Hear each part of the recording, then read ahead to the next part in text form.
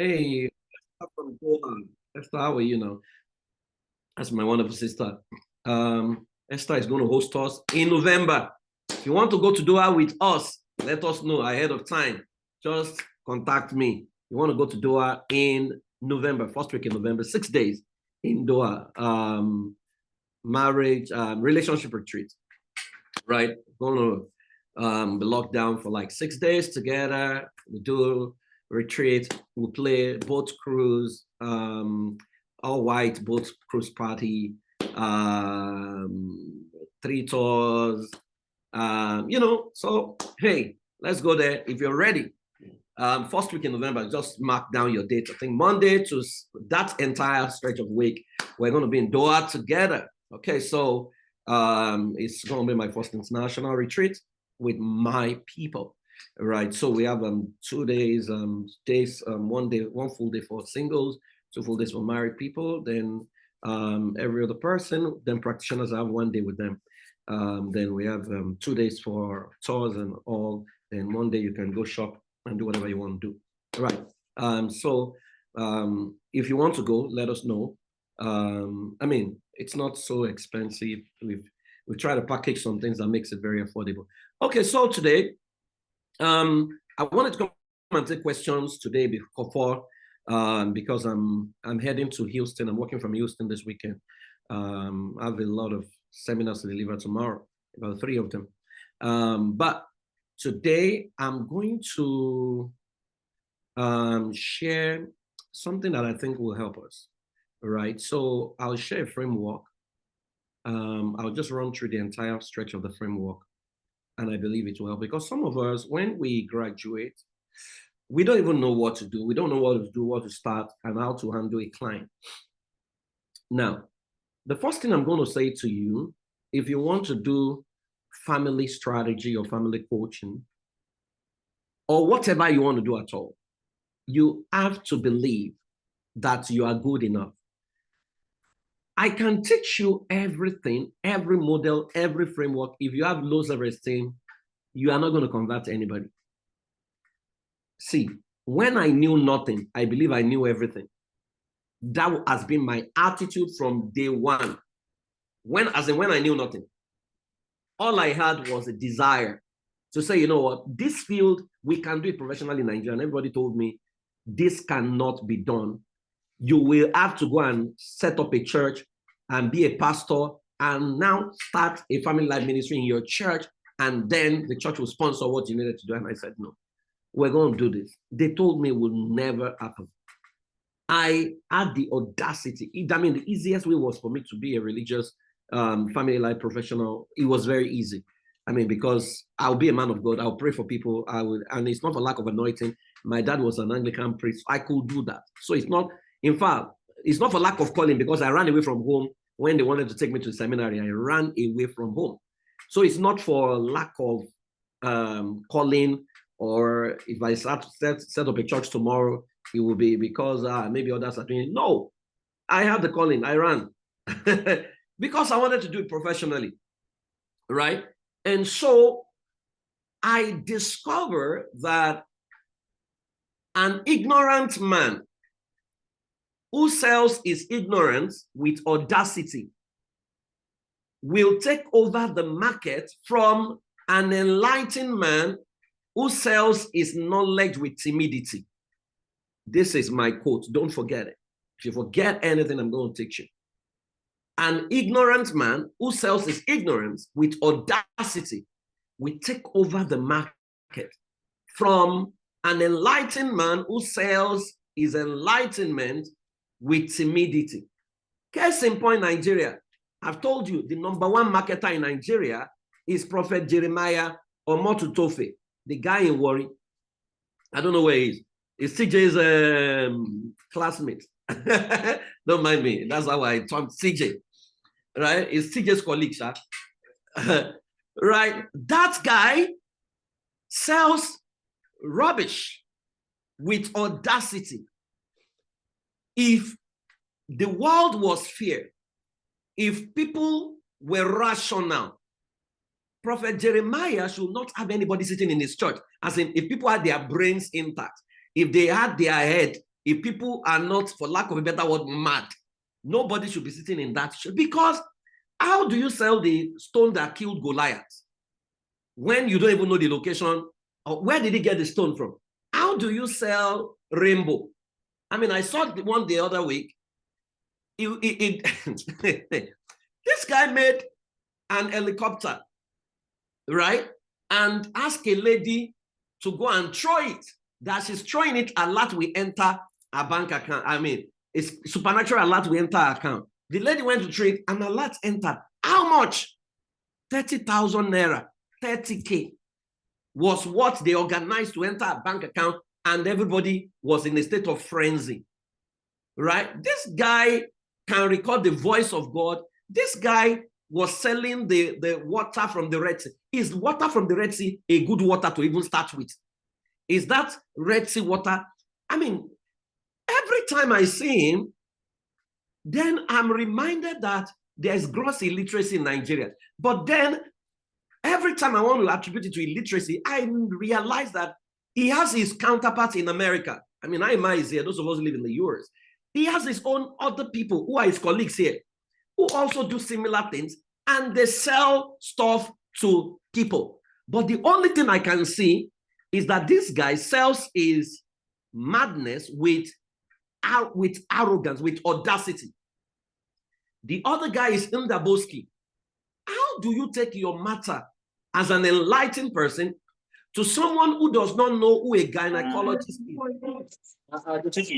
Okay, so I was going to address this. As a professional, one of the things you must never do when you are on a call, whether with a client, you want to check your volume. You want to check it because you might just be making love and then you are not aware that your audio is on, and then the moaning of you and your wife is what the client is.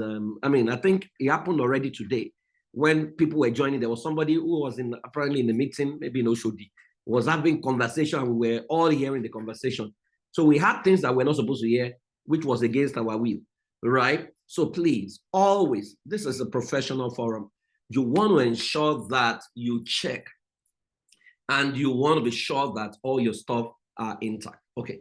So Ndaboski does not know who a gynecologist is. If you tell him gynecologist, or you tell him a cardiologist, he say, well, what is cardiologist? And people sit in there. The only thing he has is audacity to spew what doesn't make sense, to say he has 3 powers, you know this guy did not go to school. So how is he able to even diagnose your cases? What these guys have is audacity. And trust me, I don't beef them at all. The world will always follow any man who looks like he knows where he's going. He doesn't have to know where he's going. He doesn't have to know where he's going. He only needs to come out every day and say, I am the savior of the world. Follow me. And people will follow. As in, if he says that consistently, people will follow. So if you now show up and you are showing up as if you don't know what you are doing, nobody's going to follow you. That's why professors are broke. He's a professor, but he cannot translate the knowledge to money. Because even though he's a professor, he was passing exam, doing research, doing all those things. His intellect was perfect, but the esteem was low. So you must never forget that this business is a business of audacity. And it's no respecter of where you are. I don't care whether you are in the Jakumo or you are in Bangladesh or Jangbadi or wherever. The world, you can sell. I have a mentee. You won't know that his office is somewhere in Idimu in Lagos. Idimu is not, is it Idimu, Egbeda, you know, all those areas. You won't know. His name is Chinonso Ogogu, right? You will never know that his office is not in Banana Island. If you see his output online, right? If you see his output on social media, you will think that himself and Elumelu, because the guy is in the Gondo. That's the way he says. His office is in the Gondo. But the way he talks on social media, the audacity. I mean, he's building, he said we're going to build a 7-story corporate headquarters by 2027, and he's working towards it. So you cannot be timid with all you know and because the biggest problem I've seen with many of us is that when you leave class, you still have a sense of, I still need something more. Then they plug you into something else. You do that one. Maybe there's still something more. You do that one again. Maybe there's still something more. You do that. So at the end of the day, you've been a study junkie. You are an addict. You are only addicted to certification upon certification upon certification. I'm not saying don't improve yourself. See, I improve myself more than the average person, right? But don't do things because it's the next thing to do. Me, when I do a program, I want to see how to make my money back and convert it to money. Those are the things I know how to do very well, right? So many of us are certificate junkie. So if you check your certificate, what's it called now? Your cabinet, you have everything. The only thing you don't have is yourself. I read something when I was used to do studies on sex addiction. They said about a guy who was the greatest boxing champion that the world never knew. His name was Ibia Abuchi. He's a Nigerian. Never been to Nigeria before. They call him Mr. President. This guy beat opponent like Mike Tyson, but he's been in prison. He has a doctorate from prison. I mean, he's been in prison. He's done his doctoral studies, has a PhD, but he's been in prison because he went to the, what's it called, casino and touched the backside of a lady, groped her, and then they jailed him.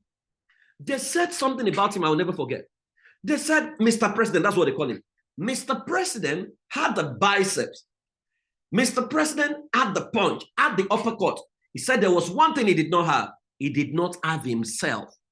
He did not have himself. So you can have all certificates from Oxford to Yale to Stanford. See, I work with them here. I work with them here. I mean, thank God I is here.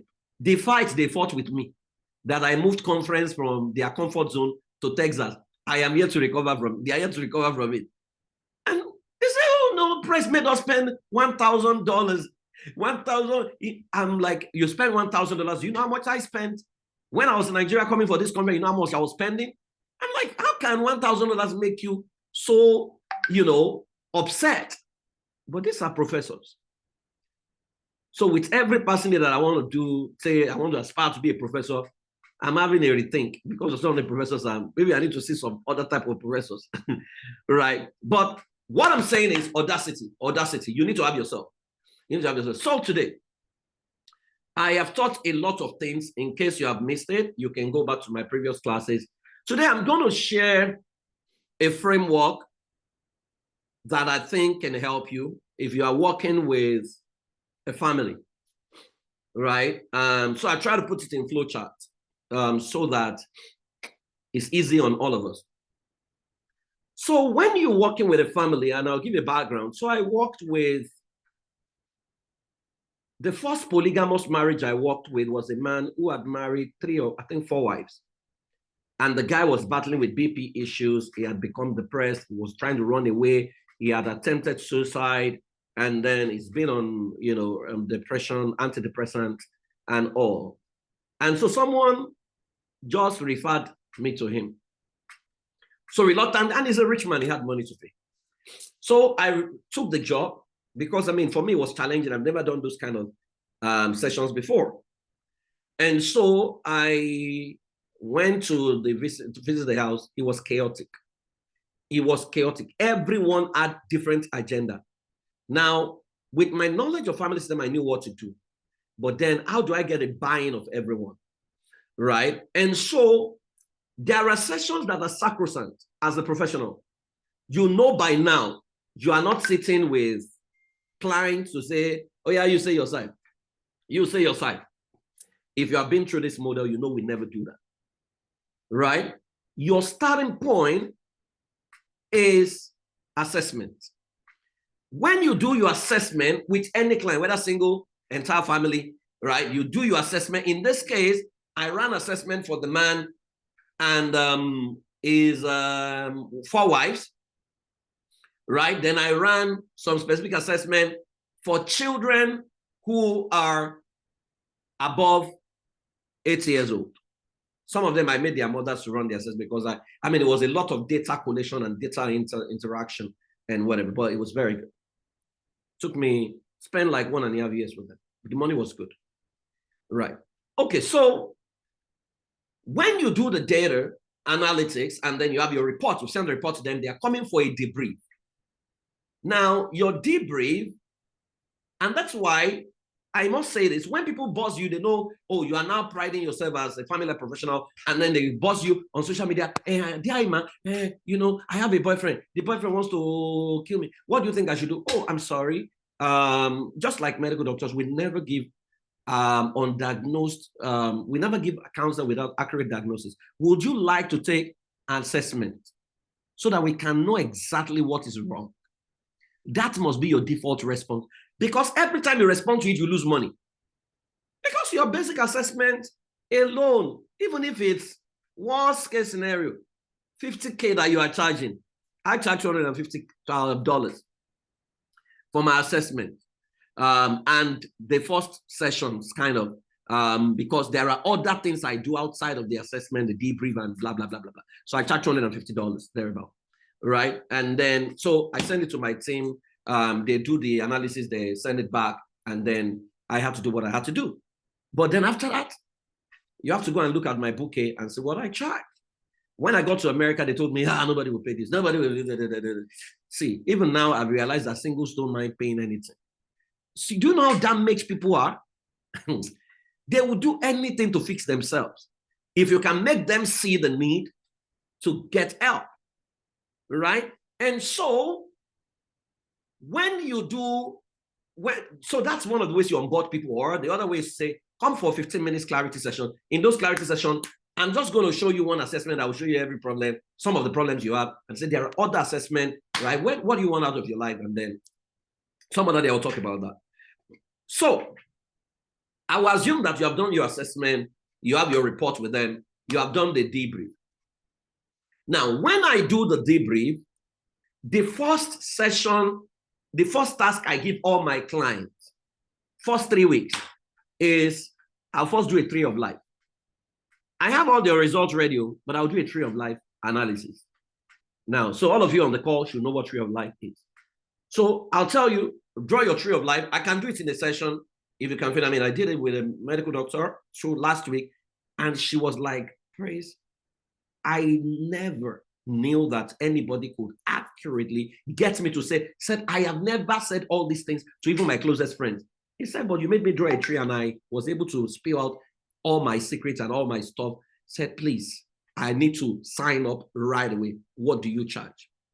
Right? And so that's because the tree of life will show a lot of things.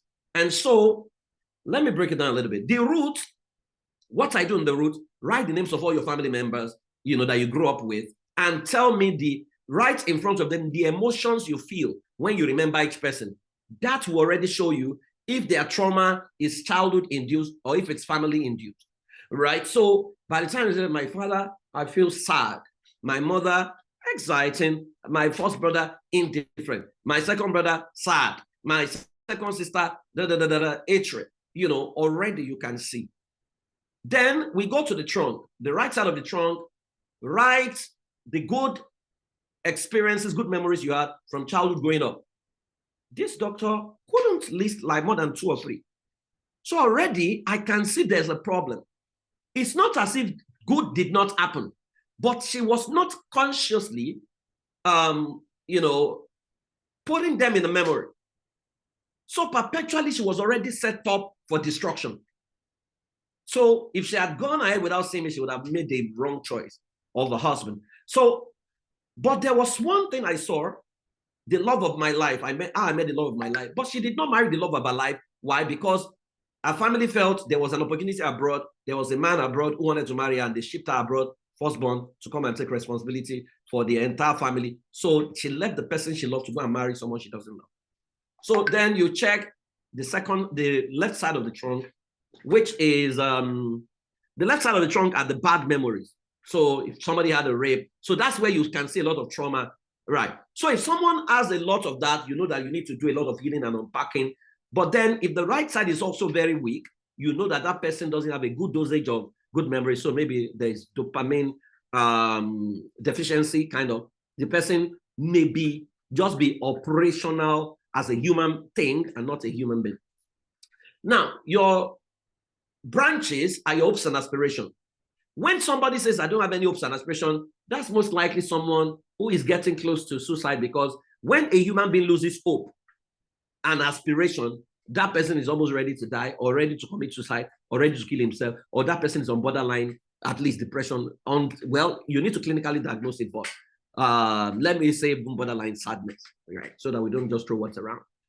So then you do the lifts. Lifts are talents and skills, right? And the person says, oh, I have this talent, I have the talent. What have you used this talent to do? I'm confused about it. That's someone else who is also unfulfilled. Then you have the fruit. What are your successes? And then the people that inspire you, the person doesn't have successes. I say, I can't remember. It's not as if they have not succeeded. So there's a fundamental problem that the person is not even. So that's where I will tell people that, okay, you know what? Can you do what we call the power spot? Power spot is, I will tell them, create a slide like this. At the center, put power spot, my power spot. Then all around it, every good thing you can remember, including the mundane things. The first time I had ice cream, the first time I entered an airplane, the first time I graduated, my first kiss. Just use different shades of color to write everything around. So if you have someone who is dealing with extreme fatigue, someone dealing with pain, someone dealing with maybe borderline depression, someone who says, I'm not excited about life anymore, blah, blah, blah, blah, blah. That's a typical exercise you want them to do. So they will write everything mundane. My first kiss, my best sexual experience, my first shopping, the first gift I received, They will write every good thing they can remember. Now, what you do is, when they write it with different colors, you tell them to play their favorite jazz instrumental or any favorite music they like, whether from blast from the past, or they're going to play it, they're going to darken the entire room, they're going to project that slide. If they don't have a laptop, they can do it on a sheet of paper, and then they are going to pick each item and take their mind back to when it happened and replay it in their mind. You know that the mind does not know the difference between what is simulated and what is real. So what you are literally told them to do is to relive the experience, and there is no way they do that experience. Is that they fall asleep or they emerge excited, more energized, and more hopeful. So those are simple things you can do. But when I'm done with their tree of life, I debrief. We all sit together. They take me through their tree, tell me the entire story. They will break down, cry, blah, blah, blah. That's allowed. Now, to confirm their trauma point, the second task I give them, which is week 2, is patterning. I would have given them assignment from week 1. Patterning is, I'm taking their history. What medical science we call history taking. So I'm getting them to look for 5 people that knew them between ages 0 to 5, another 5 that knew them between 5 to 10, 6 to 10, 11 to 16, age 17 to 22, 23 to 30, 31 to 40, 41 to whatever, to 50, 51 to 60, depending on. So now they will look for 5 people that knew them, and they will ask the person, the people, what was your impression of me at this age? What were the things you noticed, good, bad, whatever it is, Now, what you do with those information is you want to see if there was a significant emotional experience that happened that could have altered their life. So if somebody says from age 0 to 5, you were all over the place, scattering the place. From 6 to 10, you were all over the place, scattering the place. Then the people that knew them from ages 11 to 16 says you were a lot reserved, you never spoke so much. Then you want to find out what significant thing happened between ages 11 to 16 that led an extrovert to become an introvert. You want to check. These checks are very, very important and very, very vital to your ability to assist your client master their awareness. Someone is asking, what is the tree of life? Are you sure you have taken any of our certification program? Because, that's taught in class. Except maybe you are new. Maybe you have not started. Right. So, having said that, so that's my week 2. Week 3 will now be, if I notice trauma point, I want to do certain healing. I can do healing of the inner child, session with them. There are so many sessions I can do, but I can do basic healing. The basic healing session is very easy to do. The script for that, I think you must have been given. If you have not, I think I have a video recording of it on YouTube. I think it's classified. I'm not sure it's public, but if they give you the link, you can watch it. So let me come back to this one. So clarity and root cause. You run assessment and take client's history to know the origin of the issues. So if you're dealing with a family case, you are taking the history of everyone. In fact, if you're doing that as a family, you get everyone to share the experience about everyone in confidence to draw their own tree. So it means you are going to have to listen to several trees, right? In some cases, if they don't know themselves, I'll get them to pair themselves up, then we'll do a debrief. You will see people say that they have said something they would normally not have said. So that's step one. Step two is trauma elicitation. Determine the trauma point and the trauma triggers for family crisis. So if you have noticed the left side of the tree of life, and if you have noticed significant experience they've had, you want to check, right? So what are the things that trigger this trauma? So somebody says, every time I see a man with teddy bear, I remember the person, I get triggered. I remember the person that raped me. Another person says, every time I hear the blaring of somebody's horn, right, it reminds me of what my father did. People have a lot of triggers, so you want to figure that out to say, how does this make them feel? Now, you see, it's not what happened to them that is hurting them. It's the way their brain has stored what happened to them. Joe Dispenza says that the human mind does not have the capacity to accurately recollect what has happened. Because for you to accurately recollect what happened, there must be a camera that follows you everywhere. So it's the way the brain has recorded it. That's why the way people represent it. So when you hear the word represent, is the word represent, how you have presented it in your mind. Right. So you want to discover the triggers, to their trauma. And then when you've done that, the next thing is trauma healing, right? So you want to take them to a place of healing and wholeness. There's a video I've talked to you about that. There are coaching scripts. There is I think I have a few coaching scripts that I might be able to share with you. I think Mary Jane is on the call. You might want to look for my healing. I have a few healing scripts. Maybe between Mary Jane and Motola, they can share with you. Basically, what you are doing as a facilitator is to just ask questions. Coaching is the easiest because you are not the provider of the answer. Strategy, you are part of the answer. In coaching, the client is the one providing the answer. You are just asking questions and deepening the question. So what happened? I told you what happened. How did that make you feel? I told you how. So what did not happen? What do you mean? So, for example, I was raped. What did not happen? My name did not change. My degree was not taken away from me. My gender did not change. My parents did not. So when you separate what has happened from what did not happen, right, you open up your clients a whole lot. So what did this mean to you, right? So basically you're asking questions. You ask questions to the level where you are expanding their awareness till they get to a place where they can, for their own sake, let go of the person who perpetrated the act. And then they create a new meaning, right, to what has happened. Maybe one of these days we'll do a classes section healing, right? But trauma healing is the next step. Now, when you have done these three, this first level is sacrosanct to almost all my clients. Because when you don't take people out of trauma, every other thing you are teaching them is just postponing the doomsday. You are just treating symptoms. You are not treating the root cause. So you go to the idealized family session. Now, in the idealized family session, elicit the family life idea of everyone within the family to understand their win. So in this case, I met with the husband. If all your dreams for this family can come to pass, can you write it down for me? He wrote his own down. I went to the first wife. What's your deal? What's your idealized family? She wrote her own down. Second wife, third wife, fourth wife. Wrote her own down, right? I read everything. Then I consider the family session, and I asked everyone in the family that can read and write, if all their dreams for an idealized family will come true, what would it look like? Now, what am I doing? I am bringing everyone to be part of the process so that no one can sabotage it. I knew what I was going to do exactly. But I wanted everyone to feel hard, to feel seen. I was still doing a session yesterday with a couple, and then, the husband, no longer fancies the wife because the wife, obviously, as she's taking some pills, and so she's grown a bit of weight. And then I was asking him, so why did you marry her?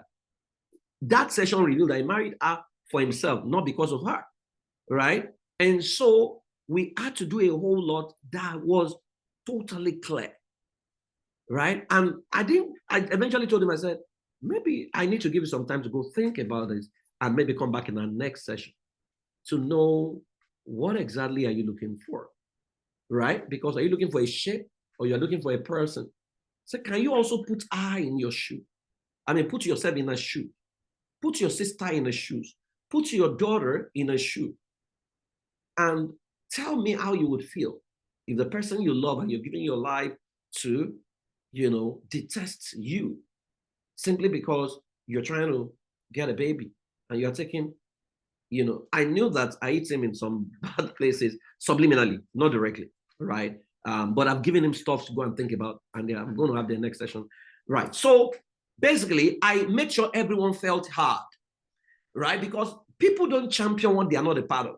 If you impose it on them, they will sabotage it. So elicit the family life idea of everyone within the family to understand their win. When you are done with that, what you now do is you collect all their answers. If it's a couple, just collect the answers and tell them, okay, you know what I'm going to do? I am going to ask you a few questions. So basically what you want to do is to help them create a family vision. See, 9 out of 10 couples I've worked with, they don't have a family vision. And I know that's the origin of some of their crises, but they don't know. You are the professional, you should know. So if you have done visioning exercises, you know the 5-step process we do. So I'm asking them, so if your dream can come to pass, what do you want a family to be? That's identity. Do you want it to be a tribe? Do you want to be a race, a village, a town, a city, an empire? Do you want to be a team? What do you want to be? Right? They tell me, oh, we want to be a team. Okay, so what type of team would you want to be? Right? Everybody, what type of team? Oh, you want to be friends, want to do things together. So that's a team of loving friends. Okay, so what do you think will set apart your family from everyone?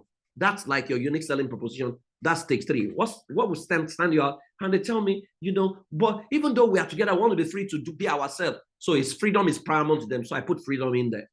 Right? So if you have this team of amazing friends who are free to be themselves, if this happens, who will be the direct beneficiary of this family you have created? And they said, we want to transform other families. So you want to influence other families. Okay, so that's answer to stage 4. Step 5, who will be the ultimate beneficiary? We want to transform society. So already they have a sense of assignment that they are doing together. So instead of everybody saying, this is my mother, that's your mother, everybody trying to get the attention of the man, which is killing him, they are all going to gather around a team of loving friends who are free to be themselves, raising other families that will transform society. So that's their vision. Now, let me give you a hack as a practitioner, which we don't teach you in class. Now with AI, if you ask those questions, what type of family you want to be? Do you want to be a tribe, a race, blah, blah, blah? The answer, what's your identity? They tell you. What type of identity do you want to be? So if you ask those 5 questions, if you feed it into AI, maybe ChatGPT or whatever, and says, I want you to look at this and give me 5 examples of a family vision from this information that is apt, that is inspiring, that is short enough, right? And that can galvanize people in a particular direction. If you feed it into ChatGPT and say, I want 7 options, it will give you 7 options, right? Once it gives you 7 options, except you've done the majority of the job, you can now adjust it and make it compelling. You can look at the 7 and maybe shuffle, put 1 into 2, put 2 into 3, blah, blah, blah. Because you are going to present it to your client, and your client is going to choose the one that they think is most compelling. You can do the same with value. So that's number 5, family governance system. So I present 5 options to them, And the head of the family will have a meeting with everybody, and they will choose and vote and choose the one that resonates with them, because whatever they have chosen, I will ensure that whatever they have chosen incorporates the desires of everyone. Whatever they have chosen is now going to be how they're going to live their lives going forward, because your behavior must now align with the vision. So I will do the vision, family vision. I'll do the family values. Of course, in the values, we usually recommend 5. Personal development outcome. What is the word that will represent your personal development outcome? What is the word that will represent your interpersonal relationship? So personal development outcome are what's like excellence, mastery. Interpersonal relationships are what's like kindness, love. There is a third word which will represent your ability to influence society or transform other people. What's like influence, leadership, service, responsibility. Then one word that represents your unique selling proposition, maybe creativity, fun, play, can be anything. Then last word that represents spirituality, wholeness, and wellness. It can be integrity, it can be love, it can be anything. It can be faith, it can be Christ-likeness, whatever it is. Right. So I will do that. Then I will make the values into a compelling statement, which is the DNA creed. That is putting the values in word format that can govern human behavior. So for example, if you attend House of Saviors, our values are trustworthiness, worship, influence, love, responsibility. And so the creed is, I'm a symbol of trust, I am trustworthy, as T. Whatever goes out of me must pass the test of worship unto God. I influence my sphere with superior values and lifestyle everywhere I go.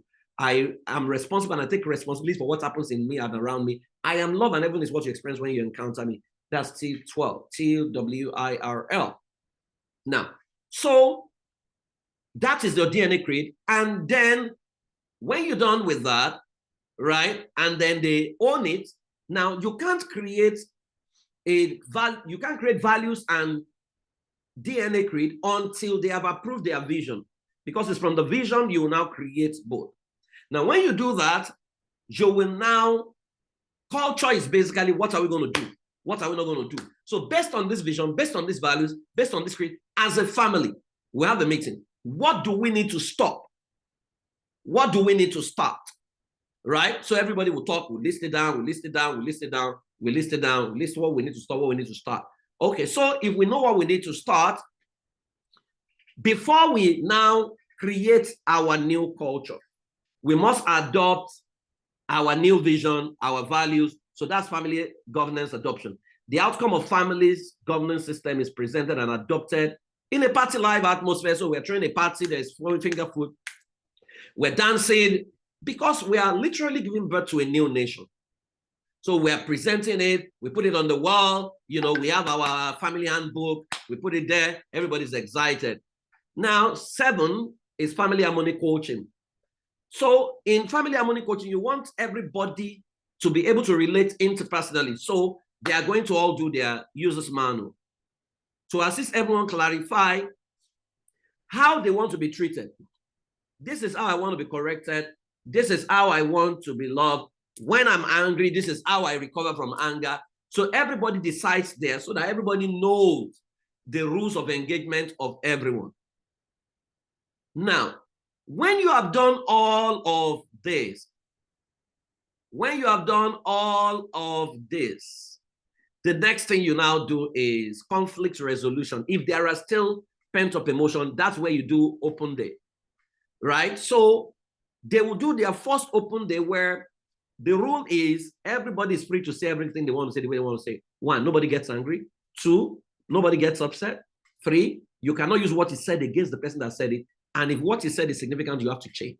So usually we recommend, in that case, the husband and his 4 wives will do theirs separately, right? Then the husband and the 4 wives will now do the joint one with the entire children, where they are literally moderating what they don't like, because you don't want pent-up emotion. What leads to divorce, anger, husband, domestic violence, killing somebody, is usually pent-up emotion. So open day. So you institute, they need to pick a day of the week and a time of the week that they will do their open day. If they can't sustain weekly, it must be monthly, right? In that family's case, it was a monthly program we instituted for them. Now, if you have done 8, you go to 9. Family culture implementation. Here, based on the vision we want for our family, because the real work is that everybody knows the kind of family they want, but they don't know who they need to become to create that outcome. So here, we're going to agree as a family, what are the routine or activities we must do annually, compulsorily.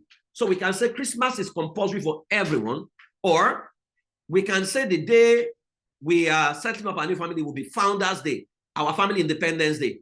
That is an annual event that everybody's going to come. We're going to invite friends. You know, we're going to cook our traditional meal. Everybody's going to come, and then we're going to review and talk about our vision, our progress, blah, blah, blah, blah, blah. We can institute that in every family. So that is annual. So maybe Christmas is also annual. Then what event will be twice a year? So you can say twice a year, we'll go for a retreat, family retreat, twice a year. At the beginning of the year and mid-year, compulsory. It can be Zoom session, it can be location, a resort, you know, depending on the size of the family. Then, what activity will be quarterly? Are we going to do quarterly reviews? Let them decide on whatever it is. So quarterly, what are the activities and when will they happen quarterly? Is it at the end of every quarter, last Saturday, or last Sunday of every quarter, whatever it is? What activities would we do as a family monthly? So maybe every last Friday of the month, we're going to be watching movies. We're doing a movie night every last Friday of the month, and we will take turns in appointing the leaders of the month. So Daddy will start first. Daddy will pick the movie we're going to watch. Daddy will take charge of everything we're going to eat. He will make the recommendation, make the budget. Next, Mommy will do it. Firstborn will do it. Next, you know, we rotate it like that. So whatever, we're going to discuss whatever we're saying, but it brings the family together. Now, that's monthly. Weekly, what are we going to do weekly together?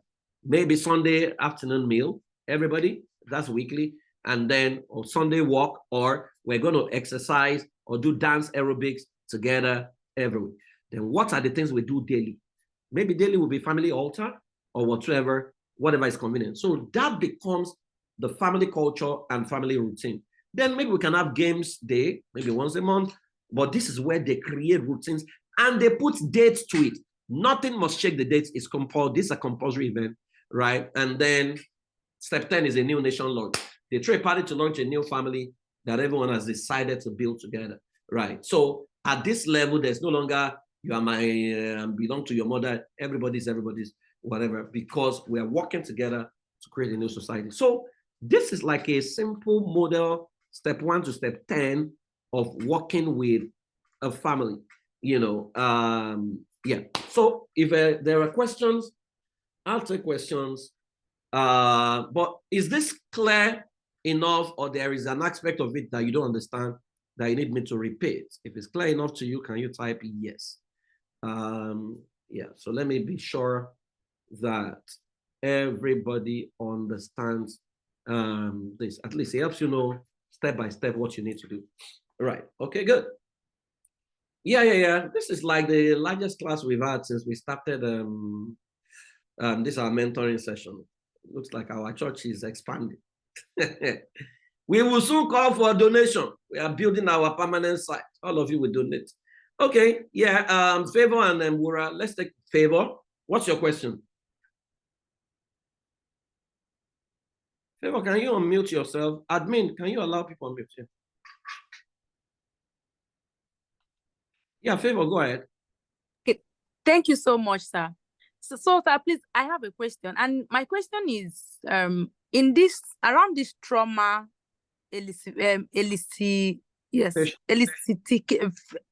Jesus help me. Okay, so I am dealing with to pronounce it. Elicitation. Elicitation, yes, sir. Elicitation. Sorry, I thought as well. Elicitation. Good. Yes, sir. So I deal with father-child relationship. Yes.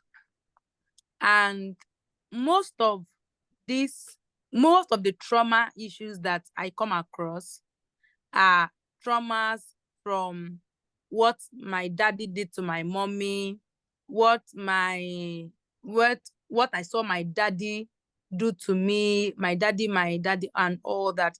And sometimes they are not willing to open up about it. Who is not willing to open? Yes, they are not willing to talk about these experiences. I don't know why, but sometimes they don't want to talk about their fathers. You ask them and they say they don't want to talk about their fathers until their father is late. So how can I go around helping them? Because it's also a trauma that is making them hold back information that will help bring them out of whatever they are in. Okay. So this is it. Where there's what we call bypassing conscious resistance. There are tools that can allow somebody to talk about what they are not willing to talk about. And ideally, you can't force your client, but if your client is an underage, you need to bring them to the level where they are ready. You don't force them, because if they're not ready, they're not ready. In those days when we're growing up, in our churches, they would say somebody was second in command to the devil. And then they would be carrying him from church to be sharing his story. There was one they brought to our church like that. He was sharing his story, how he was second in command to the devil. The guy has not grown to a level where he should be sharing his story. After a while, the girls were running after him. Before we knew, like 4 girls had gotten pregnant. Right? So you grow people to the level where they can share their story. Don't be in a hurry. If so, client is not ready, your client is not ready. However, Tree of Life, for example, I found it very effective, in helping people open up what they would ordinarily not have spoken about. And that's why I love to use it, right? Because I worked with a girl that was recommended from his school, and then she didn't want to have anything to do with her mom, right? And because she felt her mom was mean, her mom was wicked. So we did a Tree of Life, and then I had to show where she was going in the future and why it was proper to have that conversation, and said, Mr. Praise, I'm not ready. Okay, so I went ahead with all the sessions with her. And then one day she said, Mr. Praise, I will come for the meeting with my mom on one condition. I will not say anything. I'll just listen to her. That was fine. And I said, if you feel otherwise during the meeting you want to vent, it's okay. So as I was asking her mother question, why did you do this? Why did you do this? Why did you? As her mother began to share her own pain, it triggered her.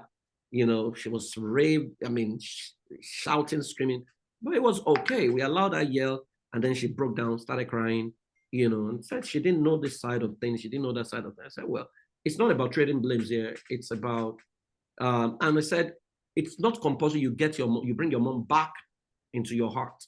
You will need to take that decision. However, it was okay. Now that you had a side, what do you think? If you had gone through what she had gone through, what would you be doing? And she said, Mr. President, maybe I would have acted like that, right? Because apparently she didn't know that her mother was already taking mental health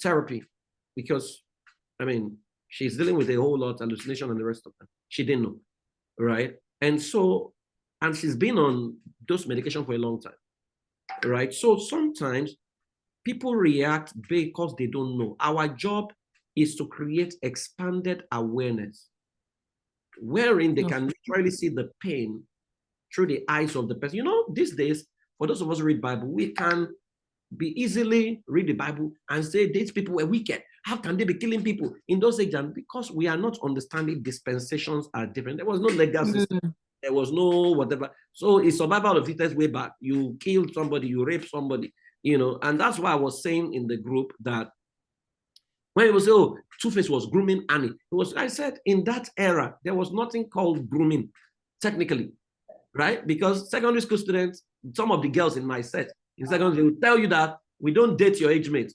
We date your teachers. It was a thing of pride. They didn't say that. Say, I date your father's age mate. They were even saying it to some of us. To say, I beg. So all of a sudden in this age and time, they now, it's grooming. They now remember, it was grooming. They now come out, they groom me. They groom me. You see, dispensation has different responses, right? And so what you want to do is expand the awareness of your client and take them to that stage where they are willing and they are ready to talk about it and share it. And sometimes they don't even need to talk about it to the person concerned. They can talk about it to you, right? I find Tree of Life very inspiring and very powerful in making people share what they did not plan to share.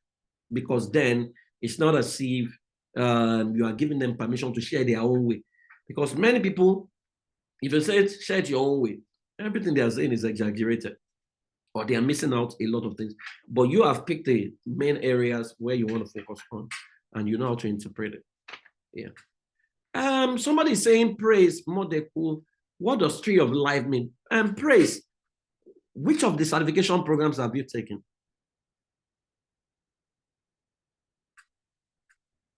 Are you there? You can put it on the chat box. Wura, let's have you. Good evening. Thank you for this very useful overview. I have two questions. So I do two things. I work with some people to achieve goals they want, but I have seen that some people are so unclear about what they want that it's literally impossible to start working with them, because if you don't know what you want, how can we begin a journey? So you mentioned something about clarity assessment. If you could please speak a bit to that. Then the second thing I do is, well, it's a new interest, helping mature Muslim women get married. But there is a challenge in that space I see. Some of the available guys are already married. So I'm confused. Which assessment am I going to use to measure their compatibility with the prospects? So there's a single person who wants to be married, the lady, and there's the man who is already married who wants to marry maybe a second wife. So that place is a bit unclear to me how to approach it. Okay, so I understand that there are people on this call who are not practitioners. You are not supposed to be in this meeting. You first need to go and take family system engineering. I don't know how that mistake happened. This is a mentoring forum for people who have taken certification program and then they're already certified, but I'm sure you can learn one or two things. But I don't know how the mail was sent out. Yeah, Wura, so you asked two questions. What was the first one again? The first one was clarity, helping people get clarity about what they want. Okay, so basically, I'm assuming that you have run the assessment. The clarity assessment? You've run all the assessments that needs to be run, Oyela. No, so there's one side I do. Just individuals who maybe they want to get a better job, or maybe they want to lose weight, productivity. That's on one side. So you mentioned clarity assessment when you were talking earlier. So I thought maybe that would be useful. Yeah, clarity assessment basically is, so I'm assuming that we're discussing family life coaching here. Right. Okay. Right. Yeah. So if it's not that, then you might need to find the appropriate assessment for what you're doing. And then after the debrief, you're asking your client, what do you want? So sometimes people say to me, I want a divorce. Is that what you want? Yes, that's what I want. What if I could show you a different approach that can make you enjoy your marriage and flip things? Oh, really? Does that exist?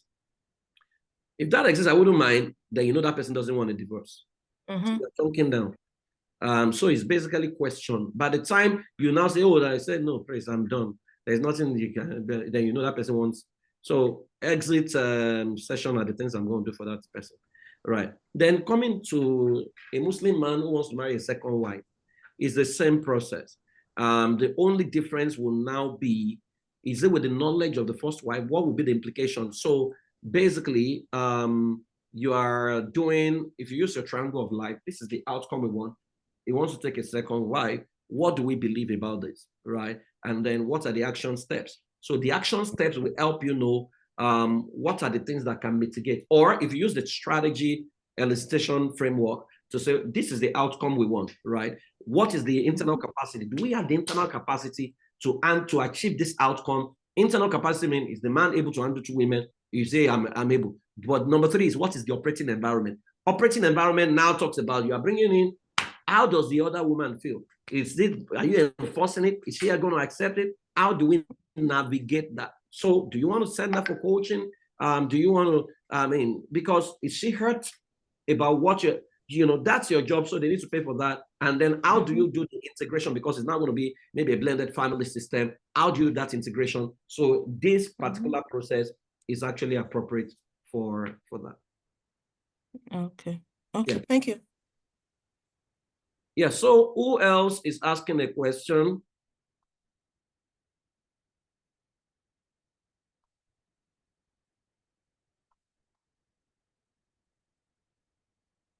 Okay, looks like we are done. Looks like I've done a good job. Okay, so if you are yet, okay, for me, Ajay, if you are yet to take family system engineering certification, please go and register. There's one that is starting in February. Go take it. If you're already certified and you're looking for a place to practice, like I've always announced, we have room for franchising and licensing at Fowowe International. Yeah, so you might want to talk to Omotola, and then they would share with you what the process looks like. It's very simple and easy. That's if you don't want to practice on your own, you want to rest on an existing platform, we have that. Okay, yeah. So who recent graduates couldn't join, or they get, yeah. Apparently they actually didn't know that we have this number of people. We have actually another Zoom that can take like 500. I don't know why we're not using that. Okay, yeah. So please ask your question. Thank you for taking my question. I'm Fowowe Ajayi from Canada, and I registered for the family engineering systems coming up starting next week. But then I got an email for this session, was why I thought this was like a prelude to that. But it's also been engaging and interesting. Your last comment started to kind of answer some of the questions I had, which is, what's the possibility of practice here in Canada, considering the regulations around this kind of profession? Okay, very simple. I practice in the US, I've practiced in Canada. So in Canada or US, any first world country, what they frown at is when you call yourself a therapist. If you have to call yourself a therapist, then you have to go and take a master's degree. If you have to call yourself a counselor, you have to also take a master's degree. But they have no problem if you're a family life coach, right? So that is appropriate. How you because again, they will likely ask you, okay, if you're a family life coach, what certification do you have? Then you show them family system engineering certification. Our certifications can be used in any country of the world, right? And then, or you can say to them that you're a family life strategist, or you assist. You use the Afrocentric model, which is a model they also use to assist African families maintain their wellness. So that one, you are not going against the law at all. The coaching space is about the most liberal space that exists, right? And so it's about communication. If your communication is appropriate, you won't have any problem. Thank you. Where do I start from? I read psychology and UI, but I haven't been practicing. I would like to take courses that will help me start practicing, even in a remote way. So Adebayo, please go take family system engineering, which starts sometimes, which starts on first week, next week, I think. Starts next week. Yeah. Favor, are you raising your hand? Yes, sir. Yes, sir. So please, sir, I wanted to register for this diet, but I am doing my master's in community development and social work because I run a family-centered NGO. So my question is, if I do this certification and I want to travel with it, what roles am I going to be presenting myself with? I don't understand. So am I going to, if I do this program, I'm already doing my master's in community development and social work, and I'm interested in doing the engineering full certification. Yeah. Now, my question is, I hope to use it to travel.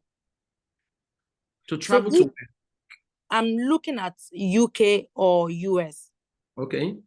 So my question is, do I start presenting myself as a family coach or a social worker? I mean, if you are doing, so it would enhance your social work. Unfortunately, IMA has dropped off. IMA did social work in America, right? IMA is a therapist in America, but IMA uses, because she first did family system engineering model, and she's used that. Now she's telling us of how it's been really, really helpful and enhanced what she's doing even in social work. Because we have quite a number of people also in the social work space.